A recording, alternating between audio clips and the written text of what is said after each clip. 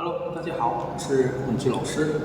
Kali ini pada kesempatan video kali ini kita akan membahas suatu fenomena yang sangat menarik, yaitu program SMK 3+4. Program ini sudah saya bahas di dua video sebelumnya, namun saya akan mengajak para orang tua dan murid untuk melihat dari sisi yang lain. Terlebih lagi untuk para orang tua dan murid yang akan mengikuti pendaftaran untuk tahun berikutnya, dikhususkan untuk umur 15-16 tahun. Walaupun pada peraturannya hanya diizinkan untuk umur 16 tahun sampai 22 tahun, namun pada tahun ini yang berangkat juga ada yang 15 tahun dan ada yang banyak yang berumur di atas 22 tahun. Namun kita tidak akan terlalu fokus terhadap masalah tersebut. Yang akan saya bahas adalah kemampuan bahasa Mandarin. Pada kelas SMA, kita akan mempelajari literasi komputer, literasi matematika, fisika, kimia, akuntansi, bahkan literasi bahasa Indonesia dan bahasa Inggris itu sangat penting pada jenjang ini.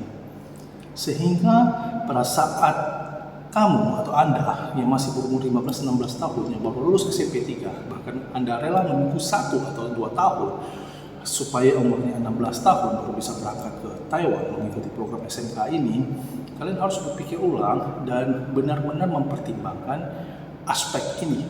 Karena dalam jenjang pendidikan SMA atau kita bilang SMK ini, apabila Anda tidak mampu menguasai atau membangun fondasi literasi pengetahuan ini, maka akan sangat sulit bagi Anda untuk mengikuti jenjang pendidikan yang lebih tinggi.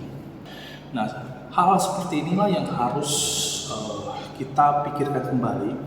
Apakah sampai ke Taiwan sana tujuan Anda itu lebih banyak kemana?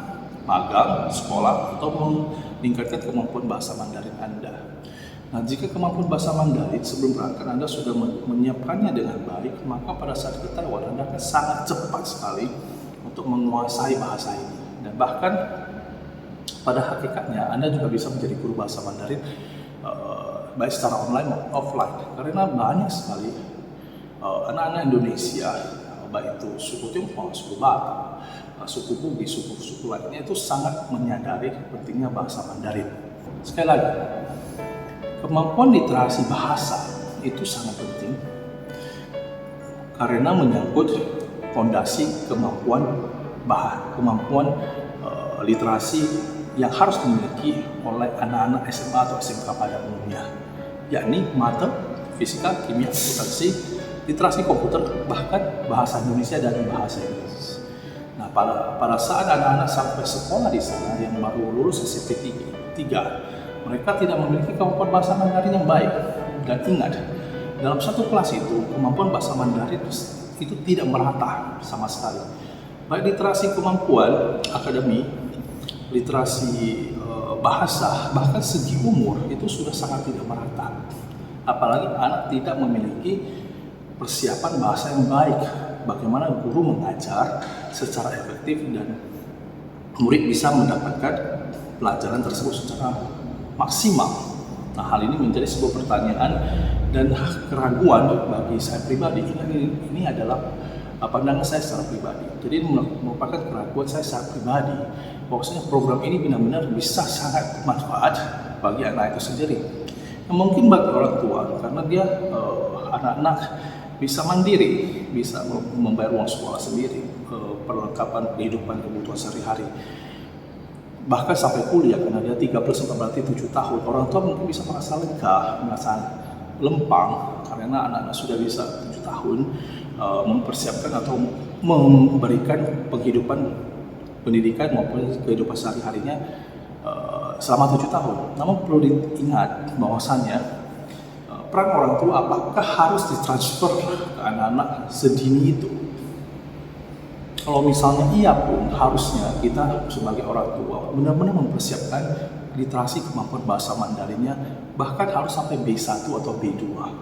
Mengapa? Karena SMA atau SMK itu fondasi wawasannya di sana. Nah, pada saat Anda kuliah, Anda tidak memiliki kemampuan bahasa Mandarin pun it's okay, karena saya melewatinya. Saya waktu pertama kali ke kuliah ke Taiwan tidak ada bahasa Mandarin sama sekali, hanya memiliki kemampuan bahasa Inggris yang baik. Sehingga kita karena sudah punya fondasi wawasan atau literasi yang sudah saya miliki selama 3 tahun. Jadi saya belajar kalkulus, belajar statistik, belajar matematika, belajar fisika, belajar ilmu manajemen, itu semuanya bisa klop, bisa connect.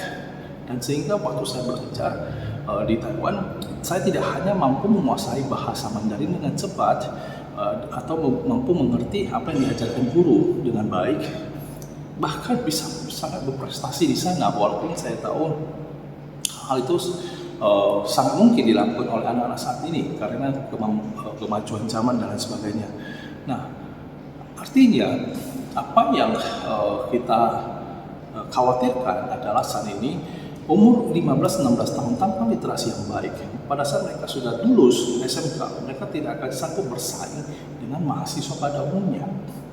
Nah, satu lagi yang paling penting adalah mungkin ini adalah catatan penting bagi OCAC atau bagi pemangku kepentingan yang lainnya.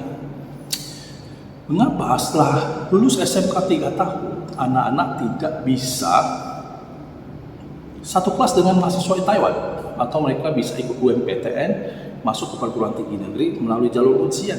Kenapa harus diarahkan untuk mengikuti 4 tahun tersebut? Apakah pemerintah sendiri tidak yakin, tidak percaya diri bahwasanya anak-anak selama 3 tahun di Taiwan, ini di Taiwan selama 3 tahun, mereka masih belum sanggup untuk mengikuti kelas?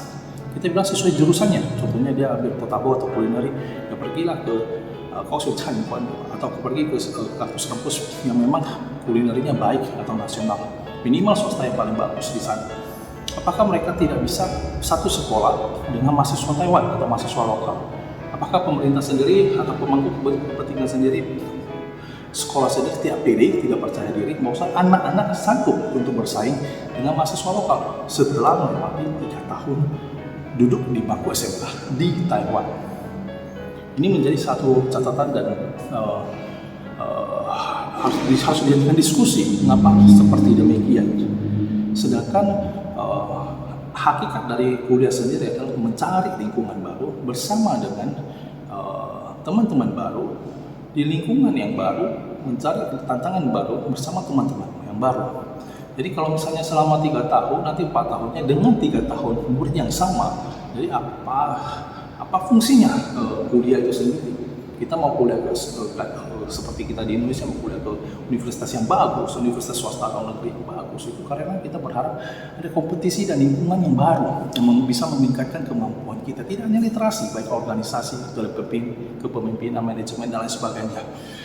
Nah, ini yang menjadi satu pertanyaan dan harus menjadi diskusi panjang bagi kita semua.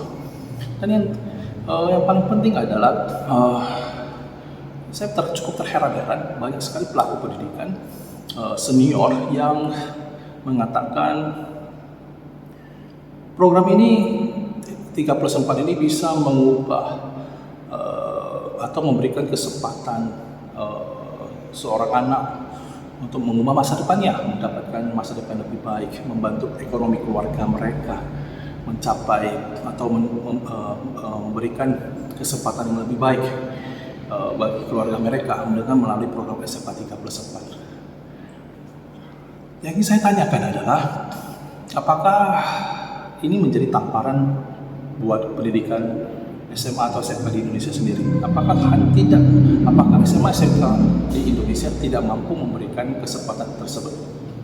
Yang pertama. Yang kedua, fungsi sekolah sebenarnya adalah mempersiapkan, bukan langsung terjun ke lapangan menjadi seorang tulang punggung, mencari nafkah untuk keluarga mereka. Tapi fungsi utamanya adalah pendidikan. Sedangkan untuk magang itu menjadi fungsi kemandirian dan itu biasanya mengikuti. Nah, kalau misalnya fungsi kemandirian dimasukkan ke atas, apakah fungsi pendidikan sekolah belajar itu dapat berbarengan? Tentu bisa berbarengan kalau bahasanya di sana. Kalau mereka memiliki bahasa yang kuat, fondasi bahasa yang baik, mereka kan bisa belajar banyak di sana. Tidak hanya pada saat magang, juga pada saat sekolah. Namun saat ini yang kita lihat, perbedaan umur yang terlalu signifikan. secara ilmiah atau secara logika, anak umur 15-16 tahun apakah cocok berada di satu kelas dengan anak umur 20 tahun ke atas?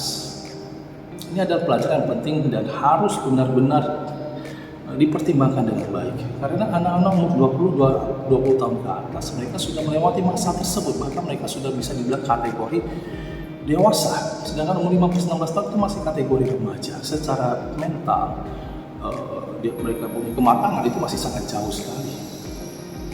Nah, sedangkan kita bisa lihat secara logika sekolah-sekolah SMA, apakah mereka akan menerima anak umur 25 tahun, anak umur 22 tahun untuk duduk di bangku sekolah yang anak-anak mayoritasnya masih umur 15 tahun, 16 tahun, atau bahkan 14 tahun. Nah, maka sekolah akan menyarankan atau sekolah guru akan menyarankan mereka untuk mengikuti paket kesetaraan. Karena secara umur mereka tidak layak untuk berada satu kelas dengan anak-anak yang masih berumur 15-16 tahun. Namun hal ini tidak menjadi sebuah pertimbangan bagi para orang tua murid. Nah, ini menjadi sebuah hal yang menarik, fenomena yang cukup menarik karena para orang tua suku Tionghoa di sini yang biasanya cukup berhati-hati, cukup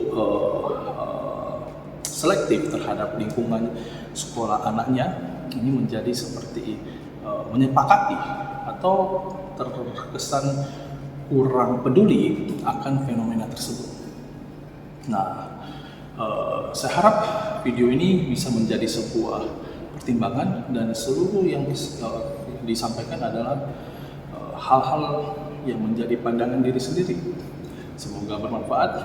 Kita akan membahas lagi hal-hal yang lain di video selanjutnya.